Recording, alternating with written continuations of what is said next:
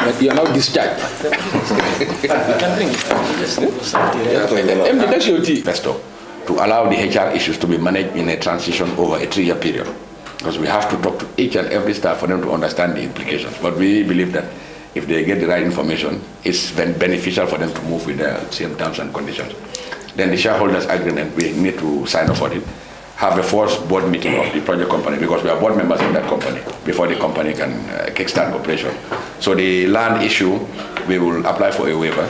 Then the leasing of the area in port, that also has to be prepared by way of a sublease in terms of getting the investor to commit to them. So by and large, these are basically the issues that are remaining. But we believe strongly as a government that it's our position to have them commit to these clauses before we go into effectiveness. Otherwise, it will be very difficult for our monitoring. So this is where we are in terms of the postponement. But those were the main items that were remaining. But thankfully, the two of the critical ones have been resolved, and now it is remaining the financial model. But then the financial model also, the way we are going, is a major risk for us. So we need to conclude on that matter before we go into effectiveness, because it has all the revenue sharing and particularly the amount of the net revenue that they need to put in this escrow account. That is very important for us, because from those funds we will now use to do all the preparatory works in Sanyang and also the investment. The land in Sanyang, why also we ask for a waiver, because it has to be an engagement process, because lately we have had some concerns expressed by the VDC in terms of the engagement. What brought about the problem was there was breakdown in communication from our side when the consultant that we hired to go on the ground to do the mapping exercise, was visiting households and properties that were affected within the layout that is identified, and it brought some kind of worry. So we engaged at the level of our minister, and we have now agreed to co-opt the VDC members that they have identified into the steering committee, which is the second layer that is chaired by the Permanent Secretary of the Ministry of Transport. So for every activity that we are doing now, they will participate and their views will be taken on board at that level. But for this purpose of this mapping exercise, we have asked the consultant to withdraw, to fall back. And now what we've been doing is to engage the community, to sensitize them on what we have now termed to be a pre-assessment meeting. That before we go on to the assessment, we engage them with the consultant and our team to explain to them the purpose of the exercise. Then we come back now, take their concerns. And then before the consultant goes back in, we have a pre-entry meeting. So these are things that are on course. But we expect that with the right waiver, within the next 6 months, we'll be able to go over this. Another issue also remained from government not being able to deliver was also the site that we identified in Kawur and Basse for the tripod.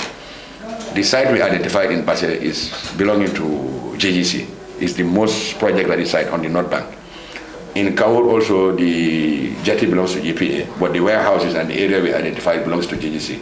So now to get GGC to seed the land, which they have valued, into the project, they had a different proposition. They wanted to hold equity in the business. So, but thankfully, in the concession agreement, we had envisaged to do the inland logistics ports, we call them, as a separate JV. So there's a possibility to get a third-party investor involved in that component. So for that also, we will ask for a waiver, because it will take maybe about 6 months to conclude with GGC and do all the bankability assessment. So to analyze and determine how the value that GGC has come up with, we agree on it first, and then how to transpose that into equity in the business that is going to be established. But by and large, that's where we are, honorable members. Maybe if there's any details that I may have missed out, my colleagues are here, and they are also engaged in the activity. They will be at liberty to give further clarity. Thank you. Okay, thank you very much. Yeah, what he's telling me is if the same thing was occurring in my mind, if your team can do their presentation in Ghana so that, if they have any presentation or they want to wait for questions. Apart from you, then if not, they wait for questions. No, not particularly. I think MD has elaborated on most part of the transaction that is currently happening. And I think at this point, if you need some clarity on certain issues, which are specific to, maybe our roles, we can clear that. That's okay. And thank you very much. MD, thank you, the in-house council and honorable members we all heard from the MD. For me, my only concern, MD, is like we are not approaching this concession agreement with a very strong contract. And I have my reasons to say this. Because in your own submission, you said the scope keep changing. You said by yourself, the scope keep changing. So that brings doubt into my mind, whether we are in fact approaching this crucial national investment with a strong contract that we can be secured. Because for me, it's like the addendum might even be more than the contract itself now. All this, because if, like for instance, we already signed something with this particular investor, but in your own submission, you say the scope of that agreement keep changing. And all those changes must be captured for us to have a strong contract. And those changes will now come as addendum. So my fear is, are we approaching this contract with a very strong contract? That's number one. Number two, I think the committee, what we could have done is to request some of these documents before meeting them. Because what all of you have said was based on documents. Like for instance, where you said assessment. We need to have that assessment result. And Honorable Vice Chair and the committee members, I think we need to request for that assessment report done by the consultant of the concessionaire and the Gambia ports yourselves, because you said they didn't match. We need to know the figure variance of what out of that assessment, what was the figure raised by the post, and what was the figure raised by the individual consultant, hired by the consultant. We need to know all of that. But if we have those reports before us now, I think that's the time we are going to have, we are going to ask more, pertinent questions. And I'm requesting that on behalf of the committee, we need to have that assessment report. The assessment report with regards to all your movable assets and those stock items, we need to get the report of that. Your own report and the report generated by the concessionaire, so that before this committee session, and we can invite you people here again. My last intervention area is going to be where you mentioned where.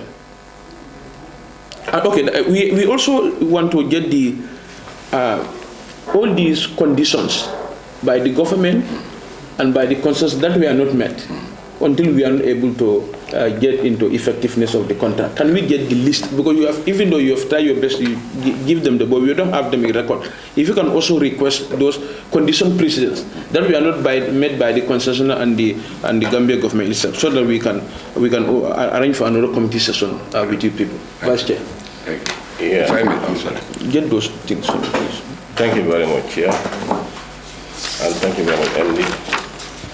For me, maybe I have a few points to add on, and also, if possible, with some questions. First of all, as you have rightly mentioned with regards to, let's start with the agreement between the ports and then the Turkish company. The number of 6 years for Banjul and 30 years for Sanya. And then if you look at the way things are going, it's like it's from Banjul that you are collecting to develop Sanya, or it's from Banjul that you are collecting to start Sanya. So if Banjul is for 6 years, the other 25 years is going to be from where? The other 24 years is going to be from where? Because after 6 years, they're handing over Banjul to you to say this is your own project. Take care of Banjul. From the 24 years, where is the money coming from? What is the agreement on that? The other thing also that I need to know also when it comes to your movable assets. If we are purchased by you, and this were investment by you, and then you are not entirely giving out the whole port. After the 6 years, it's coming back to you.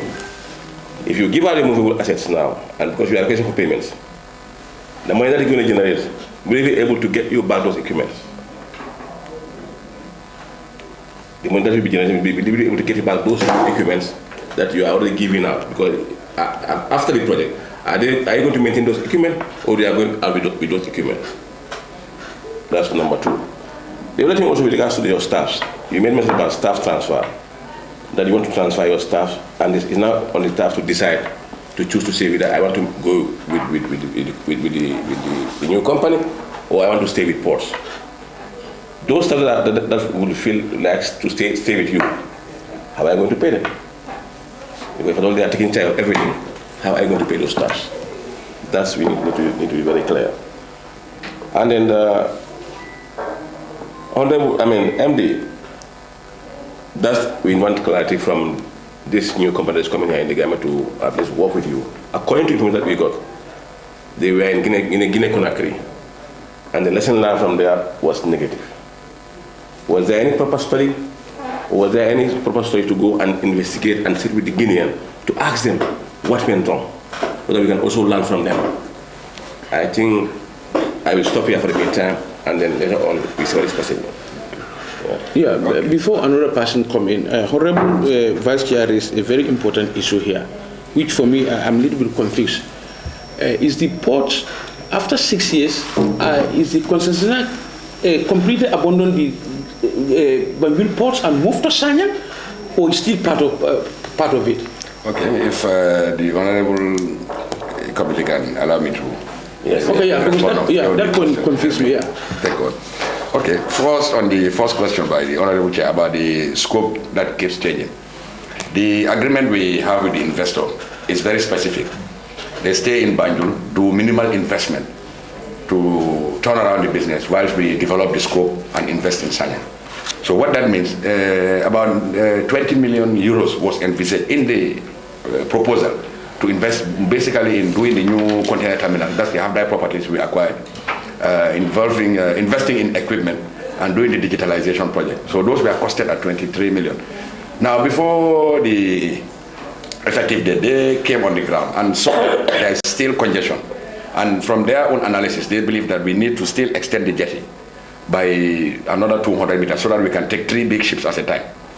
From their point of view, it's better to catch the business now before they relocate, because that's their own explanation, that if the ships that are waiting relocate to another port, even if you do the new port in Sanyang, to get them back would be difficult.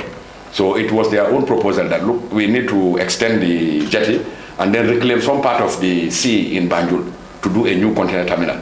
So that's why their investment value went to 33 million euro. But we came back to say, no, we don't need that investment, additional investment in Banjul. Just stick to the original 20, because you are staying here for 6 years. Then we move to Sanyang. So that's what I meant by the models keep changing, because that was their own proposal. But our position is, let's maintain it to the barest minimum that was already, and that's why we ended up. So if they have any additional proposal, that is a separate consideration altogether. So that's what I meant by the scope keep changing. Okay. The other one, the assessment of assets, we will provide the report, as you rightly said. But in valuation, there are different methods. Some will look at the replacement cost, some will use at the economic life that is remaining, and they are not bound to accept any equipment, because they are the investors. They can decide to say all the equipment we found here are not usable, they are scrap. So it remains property of GPA, then we sell them by scrap and they invest in new equipment. But it has happened that when they came, they realized that some of the equipment, typically you'll have a new container handler, we call it a rich stacker. It costs about 490,000 euro. But maybe there's a defective part. If it is lying more than 1 year, not repaired, for them, the value would drop. So those are the things that they use in the assessment. But the variance was not too much between the two valuations. And the variance was mostly to do with stock items. That some of us were using these high-star spares that were in our stores for more than 20 years. So the book value that we give them is not what they come now to determine. So that was where there was a huge variance. But on the craft, some of the marine craft that they value, we agree on those ones. So, but we will provide the report like. Yeah, we inform ourselves yes. By way of the report. Yeah. And on the conditions precedent that were not met, we hired the services of Maritime Transport Business Solution, MTBS. So they are our transaction advisor, and they're handling that process. They have been presenting weekly very elaborate reports on all the CP items and the level of achievement on both parties, and they produce a weighting and scoring. That also we will make available. So the tracking of the compliance rate for the conditions precedent, all They are all captured by this independent consultant that we hire. So what, as you rightly said, we will make the copy of this report available, the ones we use to base our judgment that we need the extension. And okay, yeah, you want the 6-year collection in Banjul, and then who is going to invest. The concession contract is model such that the investor, Albayrak, bears all the financing risk. Government is not putting any financial contribution. Why we say put some of the net profit in a separate account is we don't want the investor, like what is normal is if there is any profit, the shareholders will distribute it as dividend. But we say no, let's forego the dividend on both sides and put that extra cash in a separate account after you deduct all the operating expenses. That this money is only used for Sanyang, is to commit them to invest in Sanyang. Otherwise, what would have been normal is any profits that is generated in Banjul within the 6 years, the shareholders, they would just distribute it as dividend. But it was our own decision that no, let's forward the dividend on both parts and put it in an escrow account that can be used to invest in Sanyang. So we are not spending any money on the project. And the financing of the Sanyang is entirely borne by the investor. Government is not contributing any investment. So when they purchase the assets now belong to this new company because we are paid already. So the company owns the assets. When they move to Sanyang, if some of them are usable, they will still use them. If they need to replace them, they will replace them. But because they are asset, it is carried on their balance sheet. About the new company. About you? No, we are not involved in the operation. No, after they go. After they go, you know what we envisage to do in Banjul, the fixed assets of the port, they are not part of the transaction process. They still remain our property. So they are not taken as collateral to raise any net financing. Your movable assets, is what I'm saying. No, it's only the movable, the machines. Yeah, the machines. You know, if they go now to Sanyang, to operate in Sanyang, will you stop operating in Banjul? No, we are not involved in operations. It's now the company that owns after the 6 years. After the 6 years, what we plan to do in Banjul is to maintain only about 25% of the 23 hectares, is the whole land area. We maintain for river transport. Then 75% of the area, we are going to go into real estate and property development to develop a cruise and marina and also do residential for maybe people who may have lost their property in Banjul can have the opportunity to come back and live in Havda again because we will not need all that space. So that's our plan. My concern here is, 6 and 24, there's a big gap. Yes. And then what you're going to generate here, within the 6 years, we will be able to complete Sanyang? No. To make Sanyang operational? No. Because after the 6 years, we must continue bringing containers. We must continue operating. Yes. So within this period, how will you be operating? No, whilst they're operating in Banjul, Sanyang is also being developed. Yes. That's the timing. If they start from year 1, year 2, they're operating in Banjul. Within that same year 1, year 2, all the preparatory activities, the detailed engineering design is being done for the port infrastructure to be constructed in Sanyang. If those are approved, those designs, then the following 2 years will be the construction phase. So according to our timeline, within 6 years, the first phase in Sanyang would be ready. So the activity will now move to Sanyang. And then the property in Banjul will revert back to government. That's the arrangement. So let's come to your staff now. Yes, on the staff transfer, maybe the lawyer will elaborate more, but what I can give as a scenario is, in the agreement we said all operating staff should be transferred under the company, under the same terms and conditions. You see, working on a GPA, you are a public servant under the pensions scheme, for example. But if you move into a private company, you go under the Provident Fund. Yes. And for the staff, it will not be beneficial because you get pension on your taxable income. Whereas if you go to the private, it is a Provident Fund and you get tax on your gross. And I'm sure if the staff understand that, they will know that it is beneficial to go into this company with your pension. Your service will be guaranteed. Your same terms and conditions of employment, all the facilities like loans and training will still be available to you. And those that do not wish to stay, the example we can give is, we just try to think at the top of our heads that we have a staff that maybe up to about 50% of the staff that will be affected within an earning category of basic salary of maybe 18,000 per month. So according to the law, if you go for termination, you will get 2 months of your basic salary for every year of service. Now, 18,000 by 2 is 36,000. That is on your today's salary. And if you go back, the basic salary maybe 10 years earlier would have been lower. But just to give the benefit of the doubt for want of explanation, 36,000 by 10 years, for example, fetches $360,000, plus maybe any notice that can be agreed or ex gratia payment. Compare that against a liability. Maybe somebody has a building loan only of $400,000. So the net effect will be you will get terminated and still owe the company. You know, so if staff understand that, they will know that, well, it will be beneficial to move into this new arrangement because you are going with your same terms and conditions. And what we've negotiated with the company also is that we have consulted with Social Security and we've been advised that we can invoke that option even where this is now a private company. Staff can move there and still be under the pension scheme. So that is something that we have also negotiated with the company. But by and large, we believe staff moving will be more beneficial to them. Yeah, before you go there, how, I think he asked something that is very important. Is it true that Albrecht similar intervention in other countries is not a good news? Yes, I was coming to that. That was his last. Before you come there, still on the staffs, you know there are liabilities. I think you know where I'm talking from because you are always at PEG. Those liabilities will be taken care of by the new company because this staff that you are referring to, if they choose to move to Albrecht to work with them, how about your liability with those staffs? No, they continue with those liabilities to the company. No. And once they are deducted, they get reimbursed to GPA. That's why we are signing off on a staff transition program because there's a lot of issues that need to be resolved in that arrangement. Exactly. What we intend to agree with the company is, look, because you are paying them from the revenue that you generate in the business, and you are the liabilities are deducted from source. So you are the one paying their salary. It should not be difficult to deduct the amount that they are owing and reimburse GPA. GPA. Yes. That's what we are going to do in the arrangement, in a separate agreement. So if staff choose to stay with you? Well, we have identified the staff that are going and that are staying. We have a staff center of about 1,250.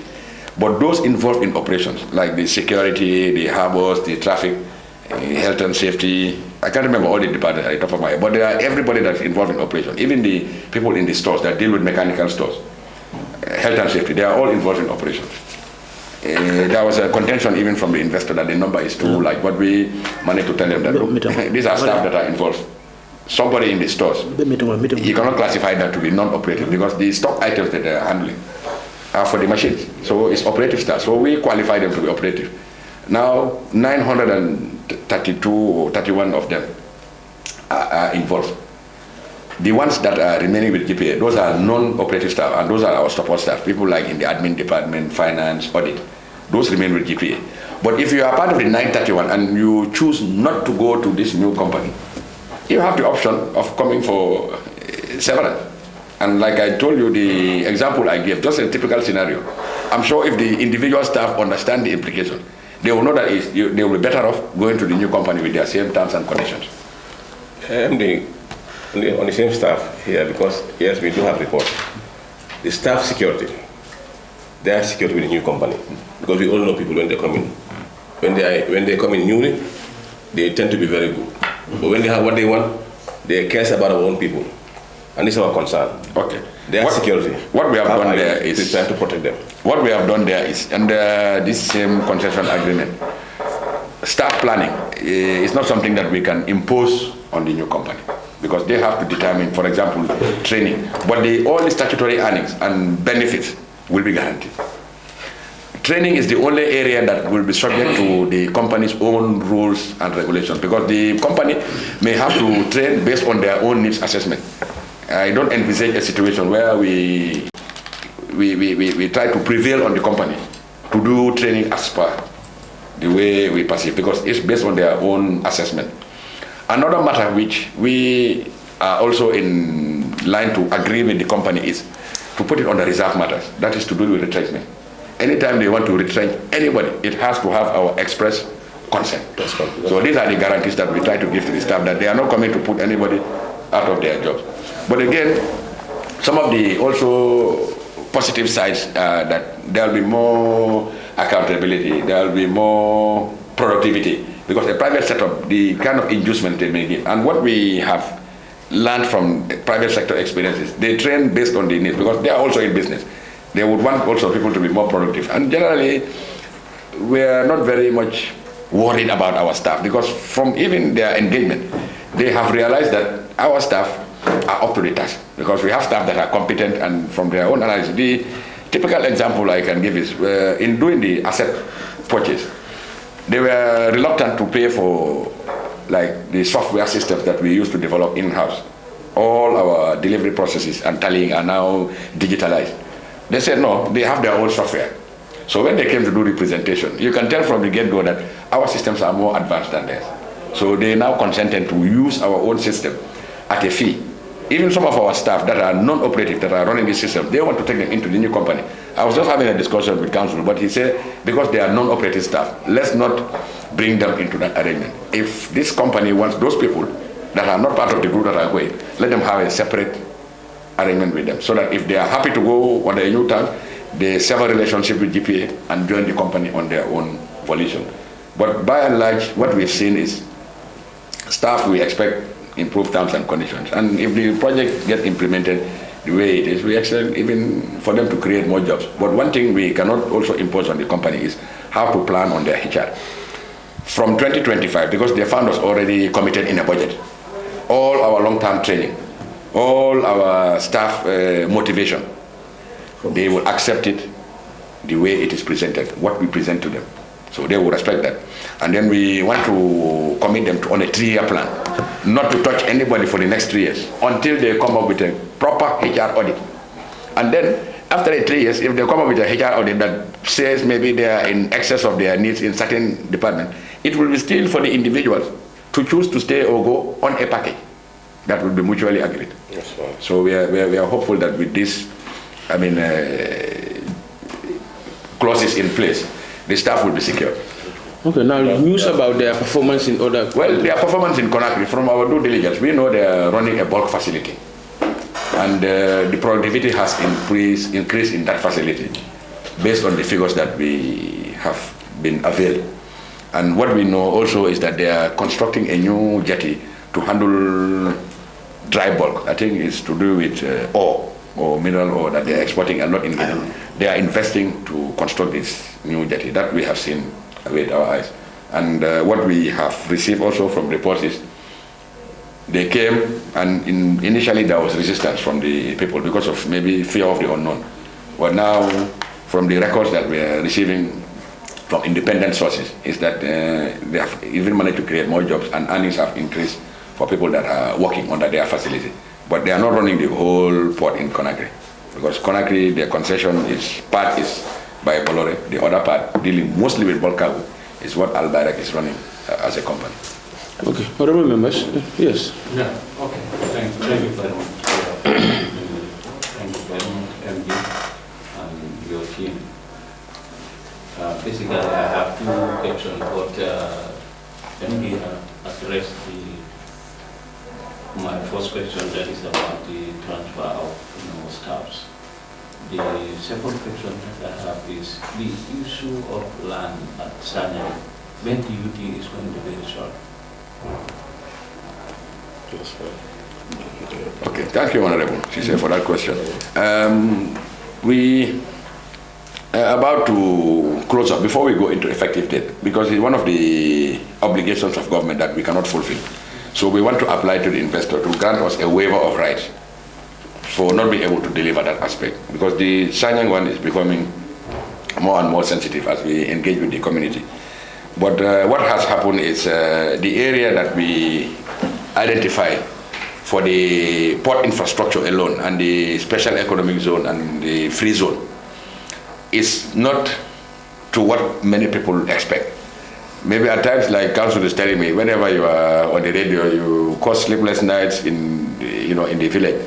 No, maybe it's, the statements are misconstrued. What we say is there is the area that is identified for the port infrastructure. But then beyond the perimeter of the port, up to the highway, government earmarks it for future development. And the process is going to be compensation and acquisition.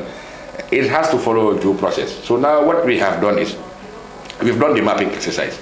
And the land area targeted for the port is not quite as extensive as even people envisage in the first place. We will submit all these documents in the master plan so you can have an appreciation of what we are referring to now. The mapping has been done. I think from the top of my head, the figure I remember is about 461 properties properties and settlements have been identified to be within the port area. Now the next step is to do the evaluation. This is where we had some miscommunication with the VDC and the consultant had to withdraw. So now with our engagement with them, we've done the pre-assessment meeting. Next we will do the pre-entry meeting for the consultant to go back now. He doesn't even need to go there physically because they've combed the area and done what they needed to do. But now is to do the evaluation. And after the evaluation, we will now engage the community. But within 6 months, we think we should be able to achieve progress in the land, particularly where the port infrastructure, because now they are reclaiming the sea and building the port infrastructure on water. So there's less need for land for the immediate port infrastructure. It's only the special economic zone and the free zone, which are out of the concession scope, because we want to maintain that as a government for local content and also open up other business. Because our strategy was not to put every activity in one basket and give it to the investor. There are some that will remain on the government. So they will just concentrate on the port infrastructure immediately. And for that, they are going to do reclamation. So it's not going to affect much need to stay on land. That's what we have done. And in our contract also, the concessionaire has the obligation to prepare the ESIA. And that will be done after we now agree on the layout of the area. It's his obligation to do the ESIA, where some of all these concerns about who are the affected people and how they are going to be, all the risks are to be mitigated will be identified. But one fundamental objective on our side is to go for restoration for all activity, whether it's economic activity or it's even to do with flora and fauna. And the plan is to, maybe where we have a young Gambian operating hospitality business around the beachfront, to see how we can restore that activity if it is affected, rather than do evaluation, compensate, and then acquire. Maybe 10 years down the line, you may not be able to account for how they are faring in terms of their socio-economic well-being. If it is somebody who has this temptation to go into more of social activity, maybe the money will be spent and then they will be in a less than desirable situation before the concession. So, but it depends, these are individual choices, but that's our objective. Where we find somebody doing an activity, we want to restore that activity so that there will be continuous earning. If they decide now to go for compensation and acquisition, well, that will be an individual decision. But our objective is to make sure for sustainability, move people's activity elsewhere where they will continue employment and continue earning. Yeah, any member? No? Okay. Hello, Honorable. Okay. The other issue is about the VDC that we talked about. Because looking at Sanyang and some of the particulars or vendors that are involved in, so how do you deal with the people in that area? Because Sanyang, as it is now, even like you have the restaurants there, but above the sea land, like when you move to the beach, you have a lot of people who are officially resident in Sanyang. So how do you deal with them? Yes, thank you, Honorable, for that important question. As I said earlier, our objective is to restore activity. So where particularly women and fisher folk and less privileged members of society, the vulnerable groups, are involved in activity, our objective is to see how we can restore that activity, number one. Maybe if you have an area where they will still continue in earning, that would be our primary objective. Then number two, because the project is going to be located in Sanyang, all the ancillary benefits in terms of the activity that go to support the business within the whole port ecosystem, they will have that opportunity by natural settlement on the area. So they have a big advantage to benefit from some of these opportunities. But what thing comforts us also is the Sanyang VDC. We have noticed that you have very accomplished Gambians in that VDC. So dealing with them would not be very difficult, because these are people who are already very accomplished Gambians, as I said. They're involved in projects of such nature in many other countries. Some are former ADB staff, some are former ministers. So these are well accomplished Gambians, and they are operators, and they know how to handle such projects. So we believe that we will work very collaboratively with Sanyang. Maybe Matar is the one who directly interacts with the committee, Dr. Sanyang. What's happening is that the VDC is also taking up for a legal person to be part of the system. So I don't know how you're going to deal with that. In fact, we met with the VDC and their legal representative in the presence of our minister. And this is where we agreed to fall back and have this kind of engagement with them, where before we go there, we call them and set up an appointment. And the pre-assessment meeting is what we've done. Now we are going to do a pre-entry meeting. But lately, when Mr. Sambu went there, I think they in fact upped their game a little by saying some of these engagements, let's now start to document it. So anytime we want to go there, let's write formally and notify them rather than just the phone call. So, you know, it just goes to show that they are very serious VDC that we're dealing in terms of their exposure and their accomplishments, because these are people who, like the likes of Dr. Sanyang and former ministers. And the MP for the area as well. MP, yes, they are all very accomplished. They know what to expect from this project, and they're very supportive, to be honest. And the meeting we had with them was with their legal counsel also. Yes, maybe Matari can just... Yes, like our meetings with them at the ministry, and also we had a pre-assessment meeting with them, with our consultant at Sanyang at the library, where we went there, we had a very consultative meeting, and they have like laid out some of the things that they think GPA should do prior to continuation of the evaluation. For example, prior notice in the form of writing so that they can have it in their record. Also, MD during his deliberation, he made mention of they have already set up a task force at their end. I think a member of 10 or so, and then the side of GPA and the ministry, 2 members were incorporated in the project monitoring. So we are doing all these things to make sure that they have all the necessary information at the government level, at our level as GPA, and then we want to have this continued dialogue and engagement with them so that we can have this thing, the transition to be in a very smooth manner, because at the end of the day, the social part of it is very crucial, as rightly mentioned by MD, because you have people having their lives and livelihood along the river, and also those living inland in Sanyang, and there are people who are tied with their heritage in Sanyang and all those things. So we want to work hand in glove with the VDC to put us through in this process, so that we can accomplish everything at once. At the end of the day, it's a national development, and we all know what is up there for us. So we are trying to make sure that we work collectively and achieve the common objective. Thank you very much.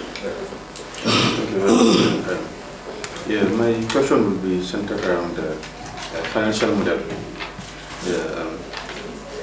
We need to understand that there are still spending shareholder agreements. So why is this the case? Because I think overall the main reason for I would say getting into this concession with this entity is usually what it will bring when it comes to cash flow, and later on the dividends that we will yield from it, basically. So why are these agreements pending, and would it have been more prudent that these things were formalized and like, you know, everything was done and over with before even transiting to the next level? Why are these shareholder agreements still pending?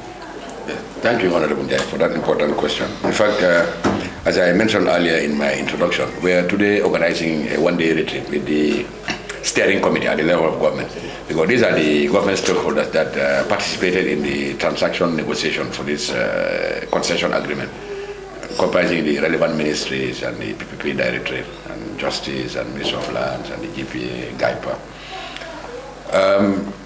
There's no explanation for not having submitted the model earlier. What the investor is now suggesting is that because there are a lot of input required in the model, and as I mentioned earlier, they were envisaging also to bring in a new scope, which we have now resolved that it is not in line with our expectation.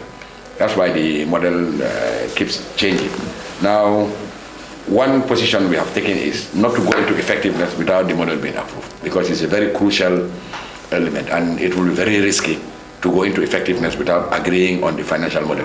Because what the financial model does is it will identify all the investment and all the in terms of the capex and the opex. But then again, it also has the revenue lines, what is expected in terms of revenue. So some of those issues is what we were discussing this early morning, and at some point we had to call them in to come and join us so that we work together. Because the basis of their assumptions, we were in disagreement. And the revenue lines that they were expecting, that they're giving a very conservative estimate, we were saying no, the forecast is even higher. So what it has resulted in, the model that was submitted in May, that we based our commercial decision, was having a viability gap of $26 million out of the whole investment of $280 million, in which government is not making any financial contribution. So now, when they were using the management accounts or the 2023 draft audited financial statements, they saw that some of the revenue lines have dropped as opposed to what was envisaged in the management account. So that warranted them to realize that the viability gap has now dropped even further to 126 million. So that's what we are discussing with them now. See how to go back on the basis of the assumption. Try to contain some of the OPEX. Try to review the revenue drivers upwards from what of the low scenario, and then see how that would translate in the viability gap that was already agreed earlier. And at the end of the day, if the viability gap comes to the position that we agreed in the concession agreement, the risk is on them as an investor, because government is not taking any investment risk. So if they accept that they can go into the project with a $26 million viability gap, our responsibility is to make sure that we monitor implementation according to the schedules that they have submitted. In Banjul, what is going to happen is we are foregoing the dividends on our side just to show that we are not out for the quick financial gains, but we want the infrastructure delivered that will improve efficiency and reduce the cost of doing business in Banjul. If you see a lot of cargo get diverted to neighboring countries, it's because of some inefficiencies in the port, and basically to do with the infrastructure, which is below capacity. But the advantages is you will forego dividends in Banjul, but globally, if we submit a financial model, you will realize that even in Sanyang, during the first 15 years, because of the magnitude of the debt that the investor is going to take to build a new infrastructure, up to about $218 million, they start to get dividend after the 15 to 17 years. But closer to the end of the concession period, you'll see a huge cash flow with less investment from the side of government, and then you get delivered and improved infrastructure. Overall, these are the quick gains that government is looking at to see how, with an improved infrastructure, the cost of doing business in Gambia would reduce, and then that would translate to aggregate benefits for the economy. So that's the consideration we give in this financial model, but it's yet to be concluded. And as I said, we are on a retreat to have discussions with the investor. But one condition that remains unchanged is that we will not go into effectiveness without concluding on the financial model. It will be too risky to do that. Yeah, MD, you understand? Follow up, Yeah, thank you. Chair mentioned the idea of maybe having repetitive addendums later on, based on maybe some, maybe, how do I put it, some forecasting that might be a bit, might catch you off guard, basically. So when it comes to these students, how do you see this project going forward? Like when it comes to some of these projections that we're making, and then having to come back on the drawing board to revisit certain areas.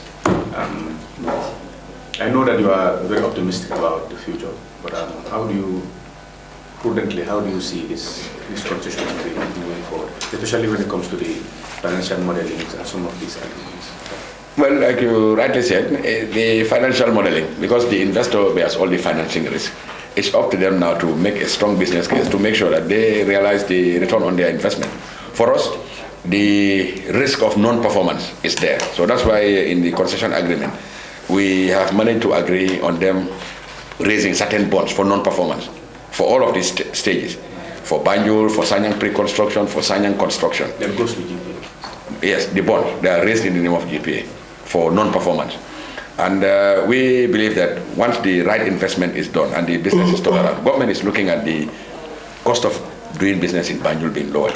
Because right now with the congestion, we are not handling volume of cargo at our optimum because of the inefficiency. So if there's efficiency gain, even these revenue drivers, we expect them to grow, and there will be even more dividend to share. And if the Sanyang activity goes well, because in forecasting, they just take the conservative estimate, but we expect that because transport infrastructure naturally is an enabler, it induces growth. It's like building a road in the middle of a village. You increase people's access to market, so the production capacity is already induced. That's what we believe that in transport. If the right infrastructure is there, those volumes that get diverted to Dakar, that have Banjul cargo already, will start coming back. And then we can also attract cargo that is going for transit to third countries. So that's the expectation. But those are not factored in the model anyway. But those are the expectations that we hope that can make the business to be more viable in future. But as a government, we want to address some major constraints we have in Banjul. And that is the lack of financial resources to invest in the capacity improvement that will turn around the business. Competing with regional ports with the infrastructure in Banjul is not sustainable. For example, dredging in Banjul alone will cost the authority every year more than 2 million euros to maintain the depth. And this is recurring. If you have a facility in Sanyang, you already have 12 meters, so it increases the size of ships that can call. And because those ships are bigger, the unit rate in terms of freight will be lower.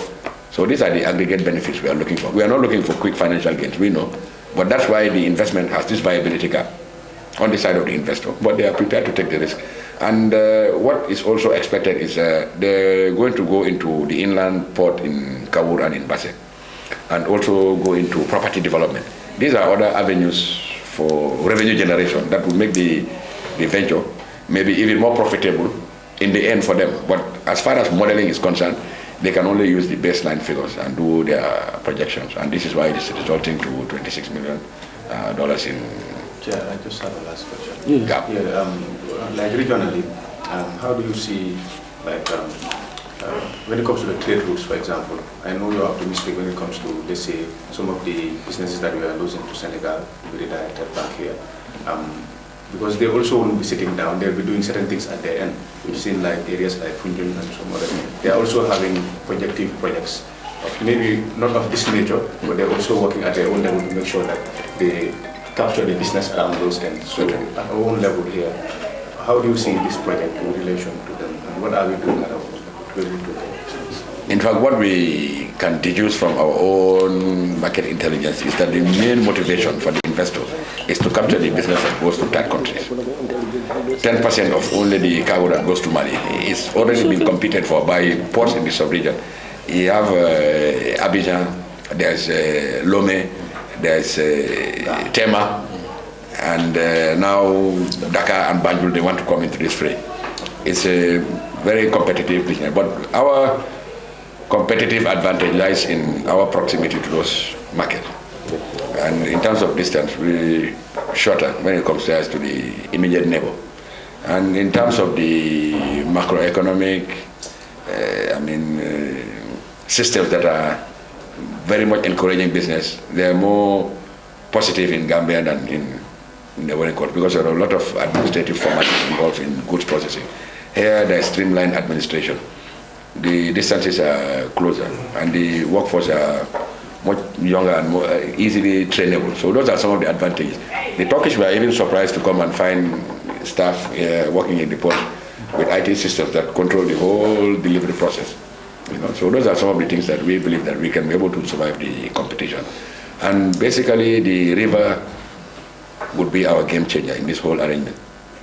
If the inland ports in Basse and Kawur develop, trucks coming from the southwest regions in Mali up to Banjul to pick west, they will not have to travel that distance. They will just stop in Basse, pick up cargo, and return. Because from Basse to those areas is about 380 kilometers. And if they have to come all the way to Banjul, it's about 680. But the neighboring port is 1,200 already. So from Banjul to those places, we are already shorter by half. Much more if we go inland. It will reduce the distance that they have to go.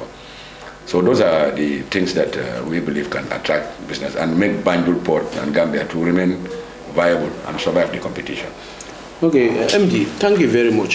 For me, when you keep saying the financial risk is on the side of the investor, one thing I know, investors, they don't lose money, just like the banks. So probably they know something that we don't know. We thought they are going to lose, but in fact they are not going to lose. You keep saying this, and I don't know why do you believe that all this financing risk is on, maybe on the face of it, that's what you see. Me and you will see on the face of it, but beyond that, they may know something that we don't know. Number one. Number two, I don't know why also the environmental and the social impact assessment is relegated to the investor. Why are we not involved in that? I think our side should also be involved in social and environmental impact assessment, so that what is going to be generated from this process is something, even though I know when they bring it, we are going to evaluate it, probably even the National Environment Board. It is important that you have a representative in this social and environmental impact assessment. That's number two. Number three, reclamation. We thought about is now more on the sea. So what I want us to be very careful is let's have planning in the driver's seat as far as this port expansion project is concerned. We may have a sufficient area on the sea, but for it to be sustainable in several years to come, let's reclaim all the necessary lands for now. It's going to be easier, and with also regards to cost, it's going to be cheaper now that you want to wait until Sanyang become an area where everybody want to go and build their expensive structures, and want to start reclaiming those areas. So let's not relax on that process. Let's make sure we reclaim the total number of hectares we need. We're going to think ahead, please. So let's do that, so that it's not going to be costly for government in the future. Then my last intervention, number 4. We are only talking about port expansion around Sanyang, but for me, I'm now looking it further. The road network to Sanyang, because you cannot just develop that kind of facility in Sanyang. The road that leads to Sanyang right now is too narrow. So it might still inconvenience the investment. How are we trying to put that into perspective?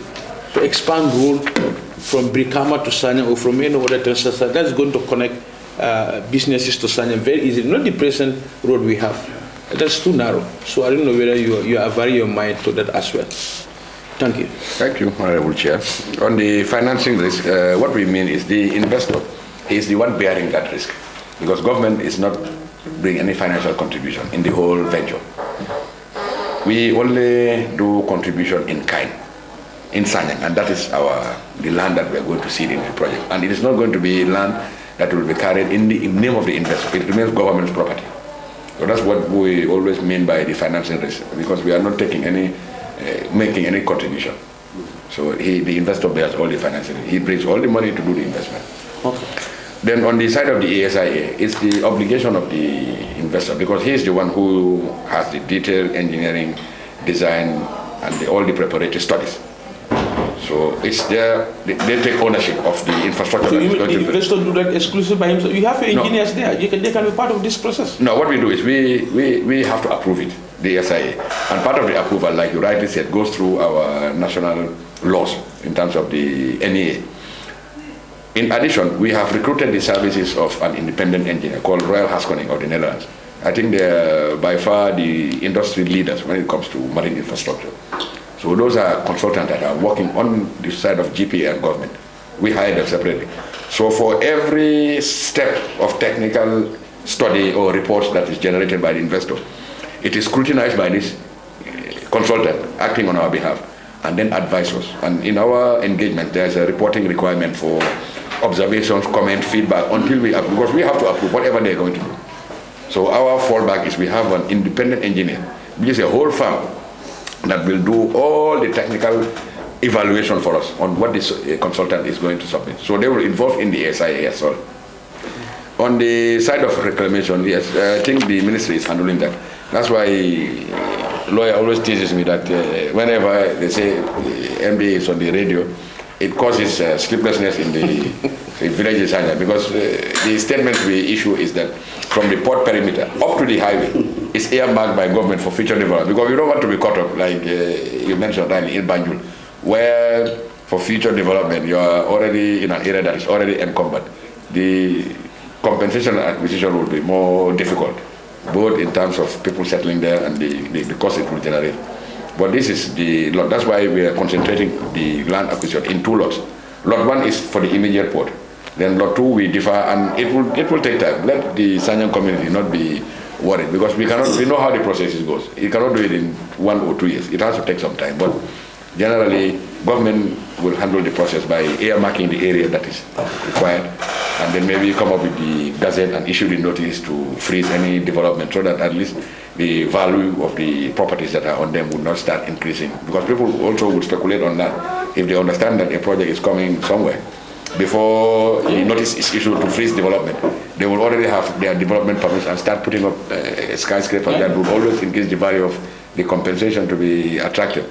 On the road network, I can authoritatively quote our line Ministry of Transport that what they have in this plan is to do a dual carriageway from the Grocery turntable to and beyond the site. That one I can quote authoritatively. But apart from that, I was privy to certain discussion where government is now looking at the whole connectivity around the Sanyang. I am not very familiar with the topography, what was being mentioned, but the areas that have been mentioned were to link, I think, Sanyang, there's a cornice going through to Sifo and Brikama. Yeah, Brikama. I'm not too familiar with topography. Sifo, that's limited yes. diversion. But there's a network that is currently being discussed at the level of the ministry. But I'm sure maybe with your permission, we'll get more details about this from the ministry to report correctly to the committee. Okay. Yes. Yeah, thank you very much, Chair. MD, when it comes to the contribution of government and about the project in Sanyang, when it about the land that is under government, that will be the responsibility of government to contribute towards the project. Yeah. My question is when it comes to the land issue, we know in the Gambia here, we have been seeing projects that are ongoing now. Our only problem is when it comes to compensation. Who will be taking care of that compensation? This is government. Fine. And then how far have you gone on to that? Because I know you are engaging the BDC, and then did you quantify the money that is going to be involved in this? Because it's very key. Because the land that you're claiming to be yours, people must claim ownership. And if they claim ownership also, if that money needs to be quantified to know this is the amount that we need to pay, we need to know. Because at the end of the day, if the money project starts, we negotiate, it will start. Then when it starts, then we start having problems. Because people start coming back to you to say, we are not compensated, we are still not paid, we are still not receiving our money. The timeline for that compensation should be very clear.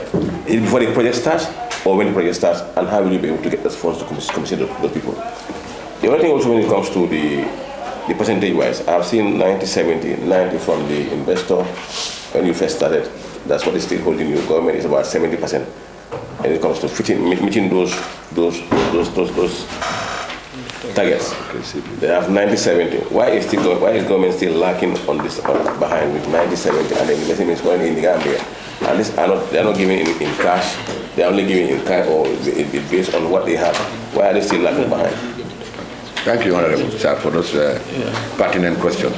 In terms of the valuation, our consultant, that's the next exercise. Yeah. They have now identified all the property, but they now need to move on site and do the valuation.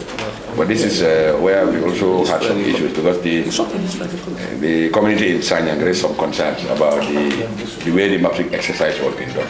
So that's why we asked them to withdraw. But they have already mapped the area. So now it's just to do the valuation, which is basically not a field work, but a desk work. We will come to that, and once the values are established, then there's a whole process of the compensation, which will involve the owners themselves, participating in the negotiation. It's not going to be a forceful acquisition. But as a port, we have had the experience dealing with the community in Banjul, and I think it's even more stringent because here people own land in perpetuity, as opposed to anywhere within Congo where it's a lease that is belonging to government. But not the same. there's a land acquisition and compensation act which will be followed in terms of the due process. But it also links to your next question, why we are 70% achievement. It's because of these issues. If you have a CP tracker that says by December you should make the land available in Sanya, by December you've only done mapping exercise, so you score 25 out of 100. So in aggregate terms, that's why we reach 70%. But substantially, they are not affecting implementation in terms of effectiveness, because it will not delay the work in Banjul, or it will not affect the work in Banjul that is envisaged to be done. So what we are going to do is to request for a waiver of right from the concession, because it's two parties. If you are not fulfilling your part, you can apply for the other part to waive that right for you. So that waiver is what will allow us another maybe 6 months to go through this exercise so that they can start. But it also affect the work in Sanya, because it is still pending. And you need to negotiate with the community. You need to negotiate with the VDC. If Banjul kickstarts within that period of time and Sanya is still pending, hope there will not be a problem. Yes, for Sanyang in the agreement, we have a 12-month pre-construction CP, which overlaps into that, and with the possibility for further 6 months extension. Because we know what to expect, that within 18 months it should be reasonable to get all these land issues wrapped up.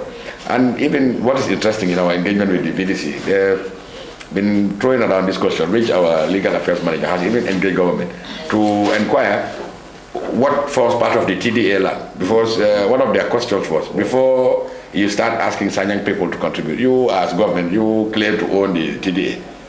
Before you ask somebody to contribute, take your own and do it as a project. So our legal affairs manager has written to government to seek that clarification, so we understand TDA. Yes, where the 800 meter or... I think it's 500 from the watermark uplands, onshore. That is what government reserve for tourism development purposes. So instead of looking at what our engineering design is going to look like, and then the reclamation that is going to be done, inside the sea. So it would, should government want to take land, of the community, it may be minimal. It may be minimal, and the legal frameworks are all there. You have the constitutional right to protection against deprivation of property, and then you have the Land Acquisition and Compensation Act. We will ensure, government will ensure that the right procedure is followed, and that no one will be disadvantaged. Because property is very personal. It's a very sensitive issue. So going into it, you have to put in all the right frameworks and make sure that people whose properties are taken are adequately compensated. Before the project or after the project? Is it compensation, acquisition, or compensation?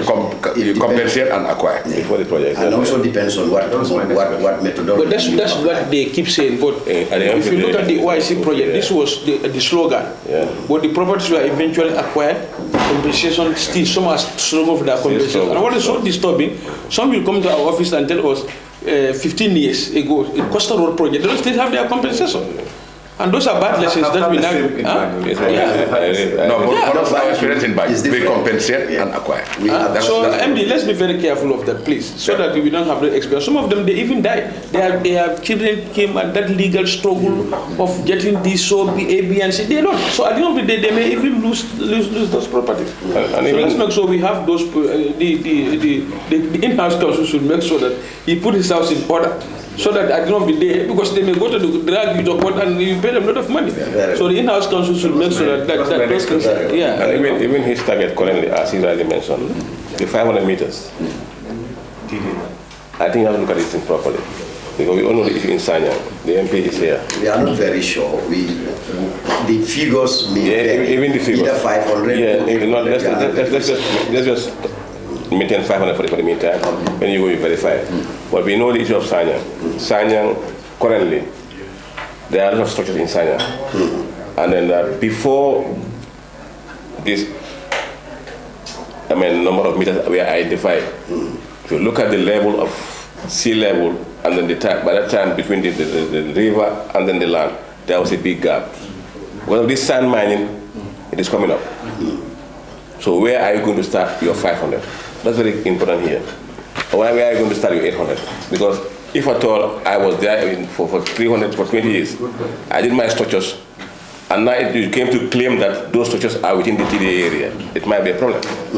So I think you need to look at this thing properly and know where to start and how to start with it, and then go ahead with those people who will be affected. Because at the end of the day, they will say, yes, you are part of the TDA.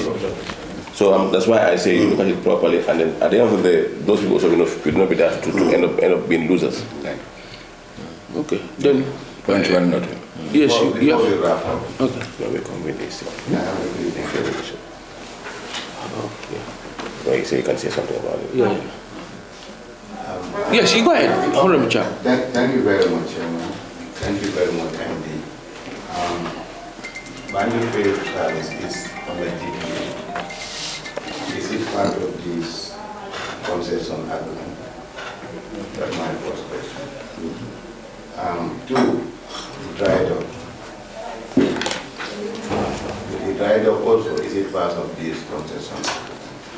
That's my question. Okay, thank you, Honorable Chair, for those pertinent questions. For Banjul or Gambia Ferry Service Company Limited, it's not part of the concession scope. However, Banjul Shipyard is part of it. Banjul Shipyard is part of it. So part of the staff that are going to be transferred under the new company includes Banjul Shipyard. Yes. But ferries is separate, and for the shipyard, it was a deliberate decision from the government because of the investment that is required to upgrade and revitalize the shipyard. And we believe that the concession partner it will make a viable business case. And these are some of the items that can also make the business model even more viable, although it is conservative for now. But shipyard, we know the potential to generate revenue is huge because there's no functioning shipyard around this area. And as the company, it will be in their informed interest to have the shipyard functional because they will be operating marine craft. And then ferries will also have the opportunity to be dried up as and when required. But ferries is not part of it. But we have a separate decision that we are encouraging government to take about ferries because with this concession, some of the financial resources that were available to GPA to provide support to ferries may not be there.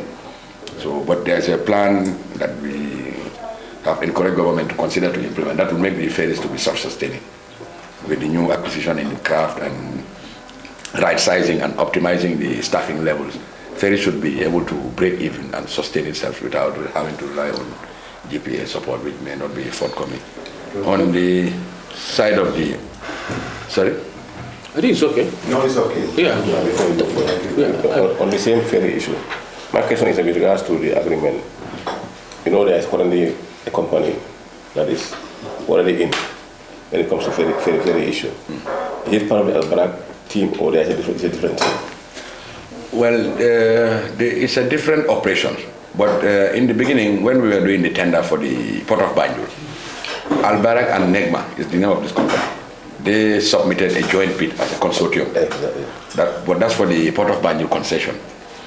And when the evaluation was done and the shortlisting was done, and Al-Barak was part of the responsive bidder, for them, they invoke another criteria in our bidding document. That was for the commercial strategic fit to suggest this Sanyang Deep Seaport. That's how government invited them into the negotiation. When we reached that stage, the company wrote to say that they are taking this project on their own, not on a consortium. So that's how Al-Barak continued with this project alone without Negma being part of the consortium. They were a consortium only for Banjul. But when the Sanyang project came into the equation, yes, they went alone without Negma. Negma have been given a license to operate a private ferry, and that is different from the port concession altogether. That's this one there on the road. Yes, that's the company that is building up, doing some construction work around the former radio seal. Private ferries, how? But in Banjul, the connection is Negma and Al-Barak. Al-Barak and Negma, that was the consortium. That's what before. That bid for the Banjul project. And then port. it is given to them. No. Yeah. The project scope change, you know. So that's where I'm coming to. Al-Barak proceedings. You know, we have passed this procurement stage, MD. Let me just because the reason why I'm asking, it was done when it comes to procurement. It was evaluated based on these two companies. That's why they were qualified to be given the contract. Right or wrong? Not really honorable, because the scope changed. How many were competing? 10 bid for the EOI. 8 were shortlisted and went to the next stage, which is the full technical and financial submission. After that, 3 were retained as the most responsive. That is Yield Port of Turkey, Al Bayrak and Negma Consortium, and Red Sea Gateway of Saudi Arabia. But in the evaluation criteria, there was 3 criteria: technical, financial, strategic, commercial fit. So they passed on the technical, commercial together. But on the strategic commercial fit, that's where Al Bayrak invoked as a company alone and proposed to government that, look, it's good to invest 130 million in Banjul. For the next 10, 20 years, we'll come back to the same problem: dredging, lack of capacity to expand seawater, climate risk, sea level rise. We want to build you a new deep sea port in Sanyang at our own risk. So that's how the transaction scope changed, because that was already envisaged. So they went on it alone. The reasons why they decided to go alone without the consortium is best known to them. Yeah, my reason of asking this question, MD, is those that were solicited, if they were also given the opportunity. No, they were. No, I'm coming up. If they were also given the opportunity, when it changed to say NEGMA out, because NEGMA also came with their qualification, they came with their technical expertise to join with Al Bayrak to qualify them to be first choice. So after Al Bayrak saying no to NEGMA, there is a gap. Okay, I understand your concerns, but what I also want to point out is that in the procurement process, one of the investors, after being notified that you are amongst the 3 responsive bidders, decided to invoke another criteria in the bidding document that, look, we want to invoke this commercial fit and propose an alternative for you. So in that, as a procuring authority, we offer the same opportunity to these other 2 bidders. Red Sea responded, but with some reservations that it has to be market triggered. Yield Port declined. Al Bayrak accepted to take the risk. So that does not include NEGMA, because NEGMA participated with Al Bayrak as a consultant only for the Banjul. So that's the difference. Okay, MD, thank you very much. That's why if you want to go to this procurement process, we've passed the stage, but I have a lot of questions for you. But at the end of the day, it's not going to help us because we've passed the procurement stage now. We are at least said line on it because it's very important. Because it's about procurement. You qualify SAR and Sanyang because they are qualified to do it. I don't even think Sanyang say no. This is what I want to do. It was not part of the first agreement. Because when we are submitting, Sanyang was not there. Along the line, Sanyang came up. And now, when Sanyang came up, SAR is now at Sanyang who is taking care of everything. But Sanyang and SAR qualified because they meet the requirement that was part of the specifications. That give them the right to be awarded.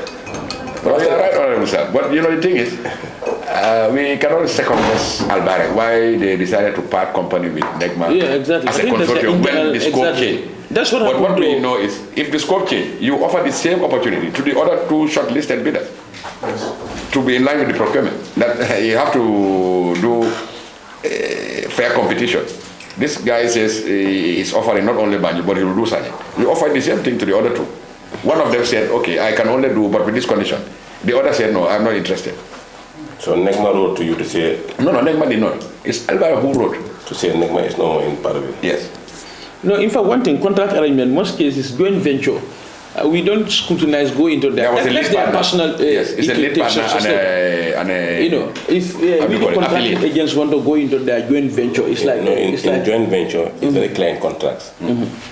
Whether there will be joint ventures, so it's very, very clear that, yes, I'm doing joint venture. When it comes to evaluation, they evaluate based on the joint venture. That's qualified. When I was doing the job, I didn't have the capacity. I understand. That's why I came into joint venture with him. That's qualified me to be given the contract.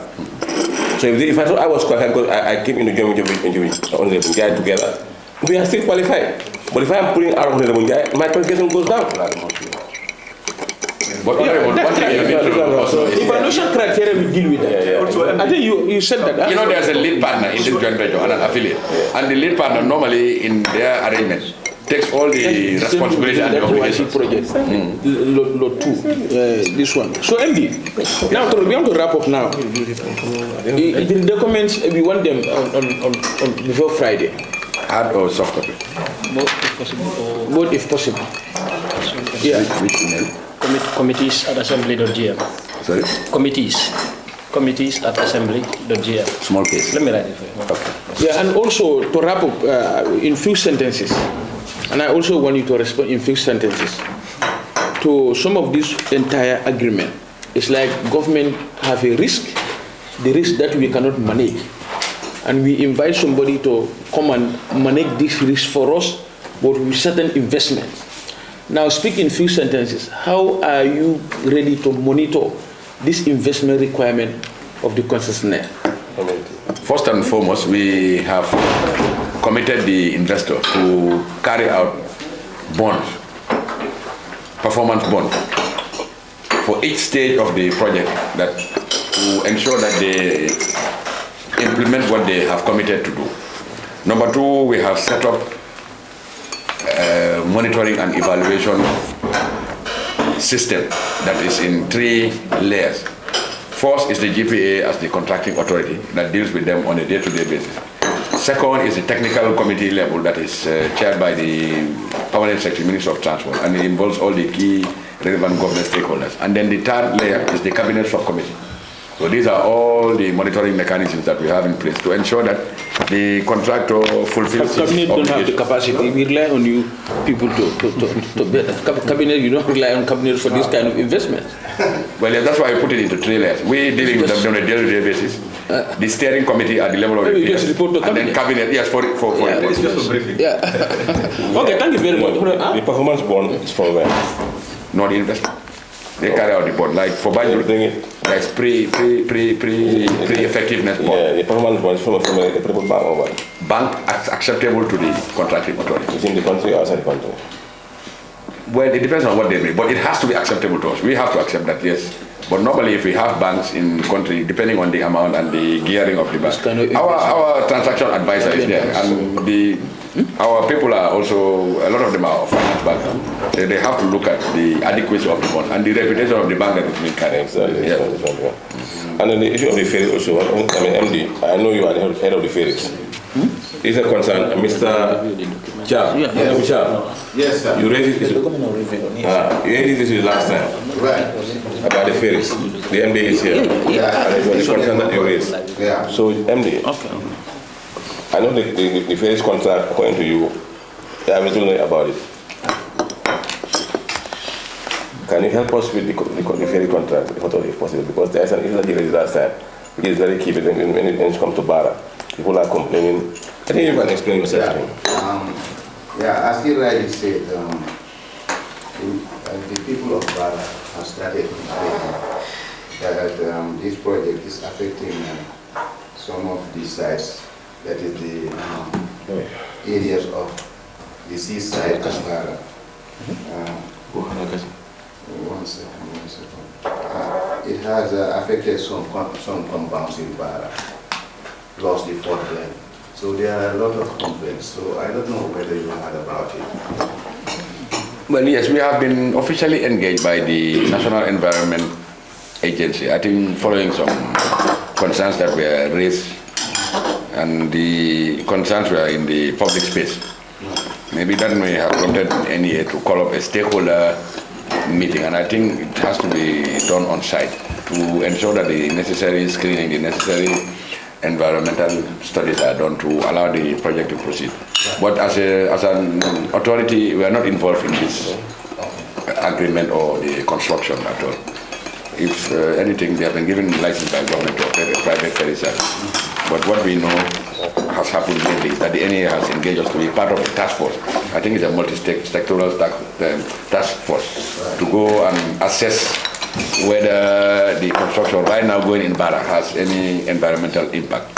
We can only gauge from our involvement with them that maybe there's a rethink on the whole concern that any structure around Bara would have on the settlement, whether it will be threatened to be submerged because of any construction there, it is apparent it will affect the wave patterns, and it has implications that need to be analyzed. Okay. Yeah, with this problem issue, do you contact the UNESCO about it, in the sense that most of them are complaining that from that fourth website, it should be 100 meters before anything is built or developed? At this stage, Honorable, what I may do will be prudent is just take note of the concerns. Right. Since there's a committee that is already established at the level of NEA, we will make sure that the right expertise is put into addressing some of this impact and come up with something that is sustainable. Because the project has to also have a positive impact on both marine flora and fauna and for economic livelihood of citizens. Thank you very much, MD. Thank you, honorable members. This brings us to the end of this special conversation. We requested for the comments. If you submit them before Friday, the committee will review and invite you for the final session, okay?